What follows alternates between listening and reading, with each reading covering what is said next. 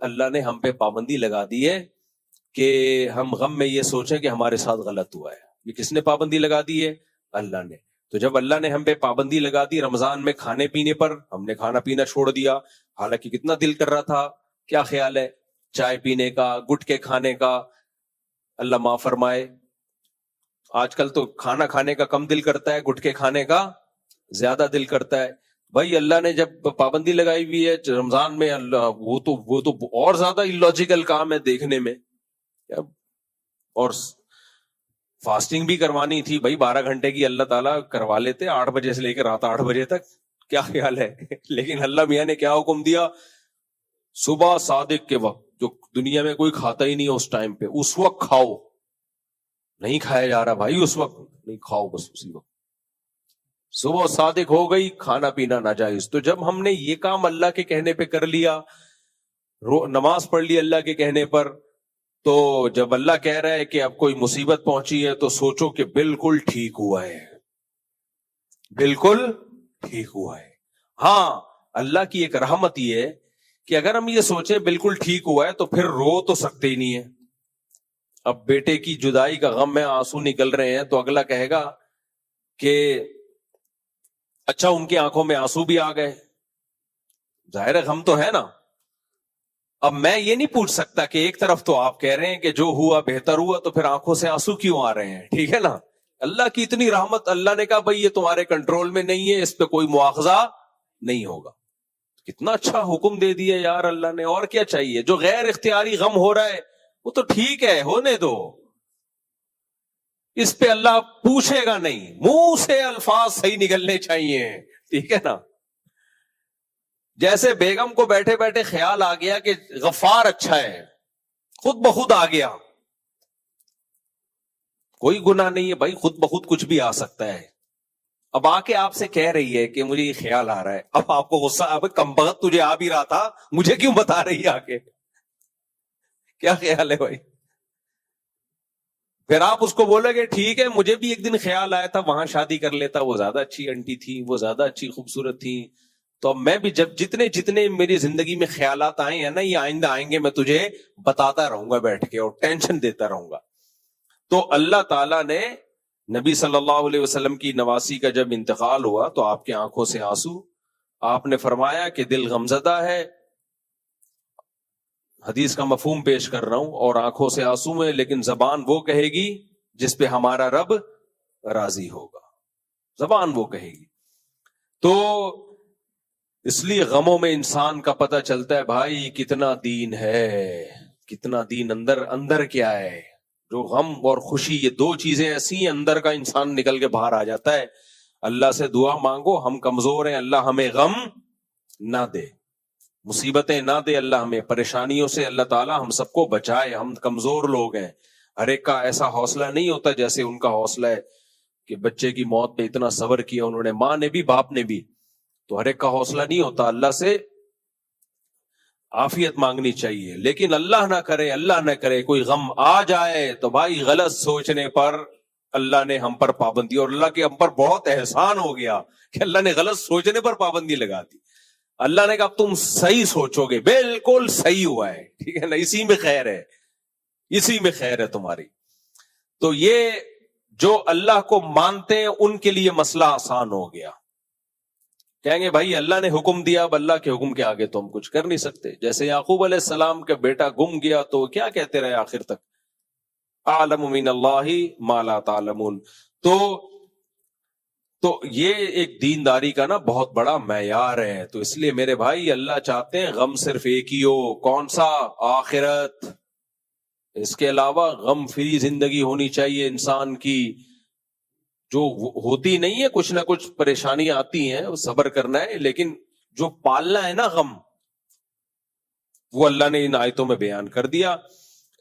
فرمایا کہ الآخرہ وسعی لہا سعیہا، اللہ کہتے ہیں وہ کوشش جس کو میں نے لیگل کہا ہے. انلیگل کام کرے گا پھر چاہے جتنی اچھی نیت ہو. اب کوئی گانے گا رہا ہے، ڈانس سیکھ رہا ہے کہ میری نیت بہت اچھی ہے، میں پیسہ جو آئے گا تو اس سے مسجدیں بناؤں گا،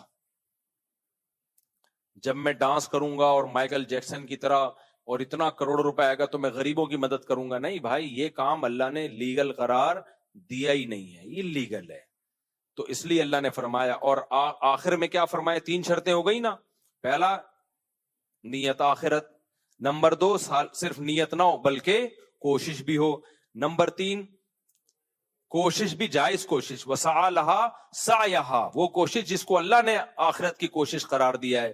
اور چوتھا وہو مؤمن، ایمان کے بغیر کوئی عمل قبول نہیں ہے.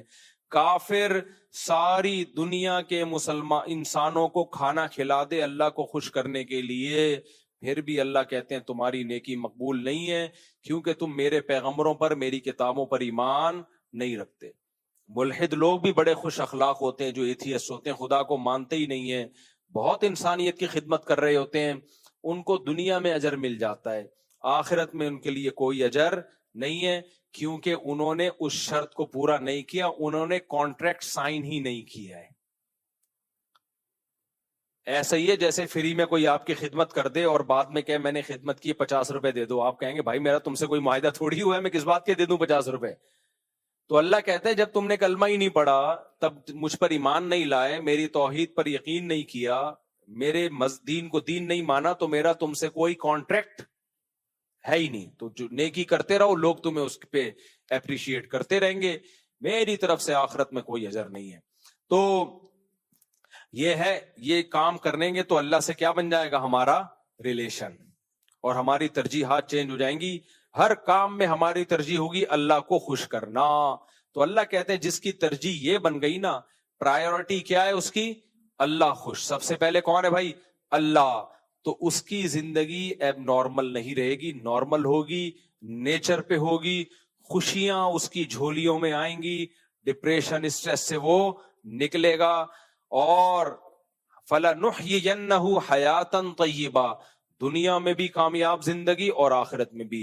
اور اس لائن پہ لانے کے لیے 2 کام کرنے پڑیں گے، اپنے اندر یہ کوالٹی پیدا کرنے کے لیے کہ ترجیح چینج ہو جائے.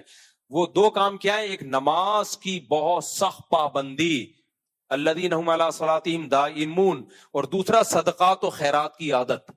اللہ کے لیے روکھڑا خرچ کرو اور اللہ کے لیے نماز پڑھو. یہ 2 کام کر لیے تو باقی ٹھیک ہو جائیں گے آپ کے. باقی ہر کام میں اللہ ان ہو جائے گا آپ کے. سمجھ میں نہیں آ رہی بات؟ تو اس لیے 2 چیزوں کو قرآن بہت فوکس کرتا ہے بھائی، نماز نماز نماز نماز نماز. تو اتنی عادت ڈل جائے نماز کی کہ اللہ سے ریلیشن کیا ہو جائے؟ مضبوط. پھر جو بھی دنیا کا کام کریں گے اس میں خود دل کرے گا یار میں اللہ کو راضی کرنے کی نیت کروں اس میں. اور دوسرا صدقات و خیرات، کیونکہ اللہ مالی اور جسمانی دونوں قربانیوں کے بغیر مانتا نہیں ہے کہ تم مجھ سے محبت کرتے ہو. دنیا میں بھی ایسا ہی ہے، بیگم پہ آپ خرچ نہ کریں اور بولتے رہے مجھے تم سے بہت محبت ہے، آئی لو یو بولتے رہے. بیگم کہے گی 50 روپے تمہارے پاس ہوتے نہیں آٹا لانے کے لیے، دہی لانے کے لیے، اور آئی لو یو بولتے کے ٹرکھاتے ہو. بیگم مانے گی؟ کبھی نہیں مانے گی. تو باپ کی آپ جسمانی خدمت نہ کریں. باپ کہہ رہے پانی پلاؤ، آپ نہیں لے کر آ رہے، تو باپ تھوڑی مانے گا. تو کسی سے محبت کا دعویٰ ثابت کرنے کے لیے جسمانی اور مالی دونوں ایکٹیویٹیز کرنی پڑتی ہیں. تو جسمانی ایکٹیویٹی ہوتی ہے نماز میں، ٹائم نکال کے آنا پڑتا ہے، وضو کرنا پڑتا ہے، غسل کرنا پڑتا ہے، سردی ہو گرمی ہو پھر مسجد میں آنا پڑتا ہے، یہ جسمانی محنت ہے. اور مالی کیا ہے؟ روکھڑا. تو اللہ کے لیے پیسہ خرچ کرنا سیکھو، کیا کرو، بار بار خرچ کیا کرو. یہ 2 کوالٹی پیدا ہوں گی، اللہ سے ریلیشن بنے گا. پھر ہر چیز میں کیا ہو جائے گا؟ اللہ داخل ہو جائے گا. اور ترجیح مل جاتا ہے لیکن وہ نیتی کا ثواب ملے گا. عمل جب تک ہوگا نہیں، عمل کا تھوڑی ثواب ملے گا. تو عمل کرے، صدقات و خیرات کرے. دیکھیں میں ہر مہینے کتنا صدقہ کرتا ہوں. ماں باپ کی خدمت کرے، خالی خدمتوں کی نیت نہ کرے. دیکھو ماں باپ کے لیے نا ایک فہرست بنا لو. ماں باپ ایک ایسی چیز ہے، اللہ کے بعد سب سے بڑا حق کس کا ہے؟ والدین کا. تو پلاننگ کے تحت خدمت کیا کرو والدین کی، کہ اس مہینہ میں نے ماں باپ کے لیے کیا کیا ہے. ماں باپ میں دادا دادی نانا نانی بھی آتے ہیں، وہ بھی ماں باپ ہی کے حکم میں شرعی طور پر. تو ان کے لیے اس مہینے میں نے کیا کیا؟ کیا میں نے ان کو کوئی گفٹ دیا، پیسے ہدیے کیے، جسمانی خدمت کتنی کی؟ پاؤں دبا لیا کرو کبھی کبھار بیٹھے بیٹھے. اماں نہیں بھی کہہ رہی پھر بھی پاؤں دبا لو، کیا جا رہا ہے. ابا نہیں بھی کہہ رہے پھر بھی پاؤں دبا لو. باپ کو اس سے بڑی خوشی ہوتی ہے یار میرے بیٹے بیٹھ کے میرے پاؤں دبا رہے ہیں. تو یہ لازمی ہے چپل سیدھی کر دیا کرو ابا کے, کہیں ابا نے جانا ہے آپ نے چپل کیا کر دی. لوگ پیر و مرشد کی تو یہ خدمتیں کر رہے ہوتے ہیں, ابا کو آج کل کوئی لفٹ ہی نہیں کراتا.